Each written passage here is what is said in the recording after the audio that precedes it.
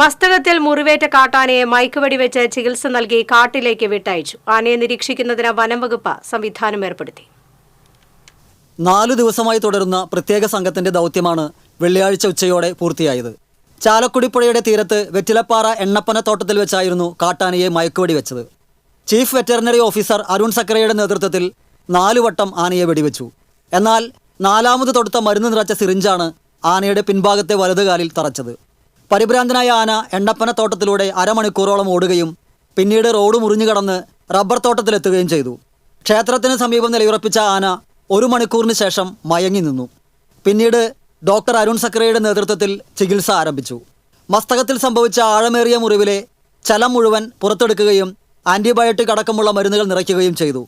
മരുന്നുകൾ കണ്ണിലേക്ക് എത്താതിരിക്കാൻ കറുത്ത തുണി കെട്ടി മറച്ചിരുന്നു.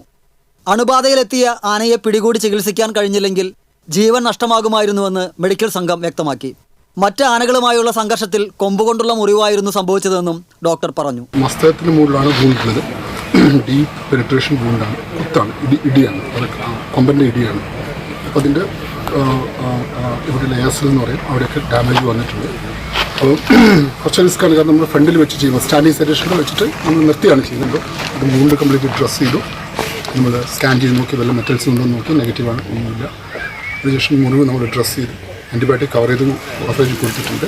ബാക്കിയെല്ലാം സപ്പോർട്ടീവ് ട്രീറ്റ്മെൻറ്റ് ചെയ്തു, റിവേഴ്സ് ചെയ്തു. 4 വിഭാഗങ്ങളായി തിരിഞ്ഞായിരുന്നു ആനയെ മയക്കുവെടി വെച്ചതും ചികിത്സിച്ചതും. വലിയൊരു ദൗത്യമാണ് വിജയകരമായി പൂർത്തിയാക്കിയതെന്ന് വാഴച്ചാൽ DFO R. ലക്ഷ്മി പറഞ്ഞു. 2 ദിവസം നിങ്ങൾക്കറിയാലോ, നിങ്ങളും ഇതിനിടയ്ക്ക് കഷ്ടപ്പെട്ടു, നമ്മൾ കഷ്ടപ്പെട്ടു. 3 ദിവസത്തെ ഇതിനിടയിൽ ഇന്ന് നമുക്ക് ആ ദൗത്യം സക്സസ്ഫുള്ളായിട്ട് പൂർത്തീകരിക്കാൻ സാധിച്ചു. അതിന് എന്തായാലും എല്ലാവരോടും നന്ദി പറയുന്നു. കാരണം ഒരുപാട് നിങ്ങൾ ഞങ്ങളോട് സഹകരിച്ചു. നമ്മൾ ആ റെസ്ട്രിക്റ്റ് ചെയ്തത് നിങ്ങൾ ഒരു പ്രശ്നം ഉണ്ടാക്കാതെ നമ്മളോട് സഹകരിച്ചു. എല്ലാത്തിനും സാധാരണഗതിയിൽ ആന സ്വാഭാവികമായി ആരോഗ്യം വീണ്ടെടുക്കുമെന്നും അവശനില തുടർന്നാൽ മറ്റ് ചികിത്സാ സംവിധാനം ഏർപ്പെടുത്തുമെന്നും ഡോക്ടർ അരുൺ സക്രിയ മാധ്യമപ്രവർത്തകരോട് പറഞ്ഞു. 20-നാണ് ഏഴാറ്റുമുഖം എലിച്ചാണിപ്പാറയിൽ മുറിവേറ്റ ആനയെ കണ്ടത്. തുടർന്ന് ഇതിനെ പിടികൂടി ചികിത്സിക്കാനുള്ള ദൗത്യം തുടരുകയായിരുന്നു. TCV news, Chalakudy.